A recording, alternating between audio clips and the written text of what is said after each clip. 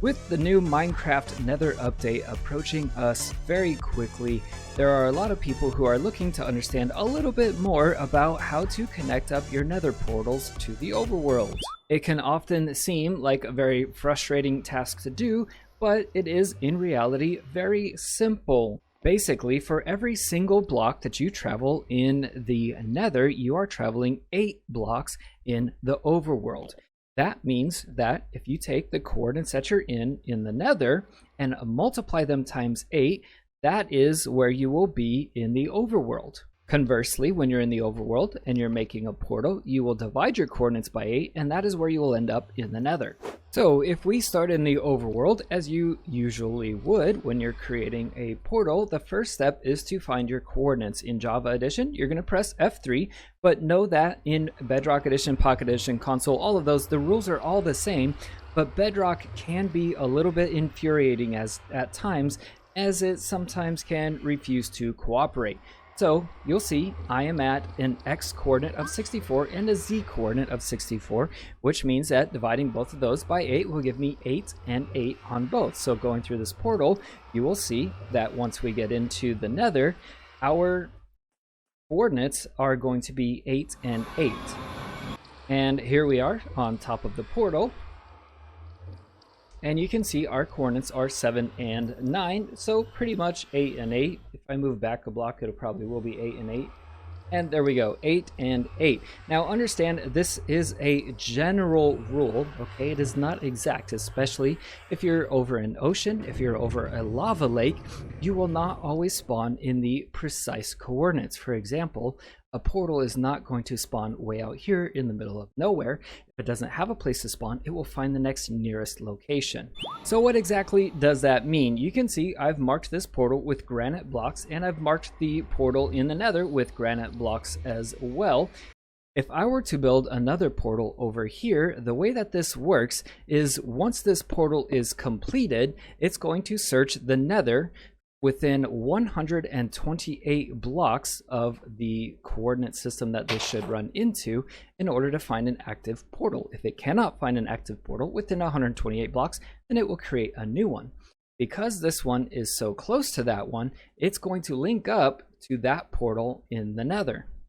So the construction of the portal itself, just in case you're not familiar, is you need 2 blocks wide, which means you need 4 blocks in total, 1, 2, 3, and 4, and you need to have a 3-block high opening, and then you need to have your roof.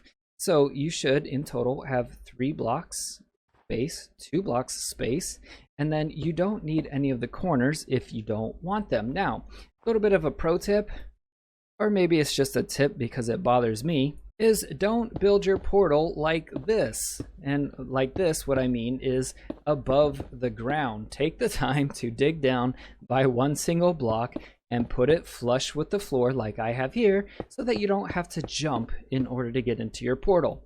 Last thing you're going to do is ignite it using flint and steel or any other means of fire that you can come up with. And there you have it. Now, I'm going to go ahead and mark this one with diorite. And then when we go through, we should end up in the same granite portal. And that is because it searched for the location of the other portal, and it found this one within 128 blocks of where it would have been created. So how do we make this a separate portal? Let's say the granite portal is your friend's portal, and this one is your portal, and you want them to be separate. You don't want to be coming through your friend's portal every single time, even though they're so close to each other. What you're going to do is you're going to first get your coordinates, in this case 91 and 63, and you're going to divide them by 8, giving us 11 and 7. Then you're going to head into the Nether and you're going to wander around until you find those coordinates. So I need to find 11, which is right here, and 7, which is right here. So this is where I'm going to now build my portal, and I'm going to build it facing a different direction. You don't have to do that. I'm just doing it because I want to.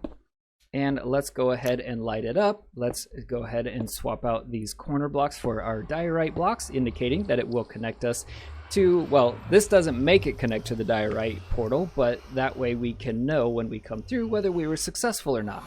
And there you have it, we came through the diorite one. If I come over here and travel into the granite portal, you can see we come out through the granite portal, and if I go into our diorite one again, you can see we come out through the diorite one. So that is it, guys. It just takes a little bit of math, and as I said earlier, on Bedrock editions of Minecraft, it can be a little bit more frustrating. Unfortunately, that's just Bedrock for you.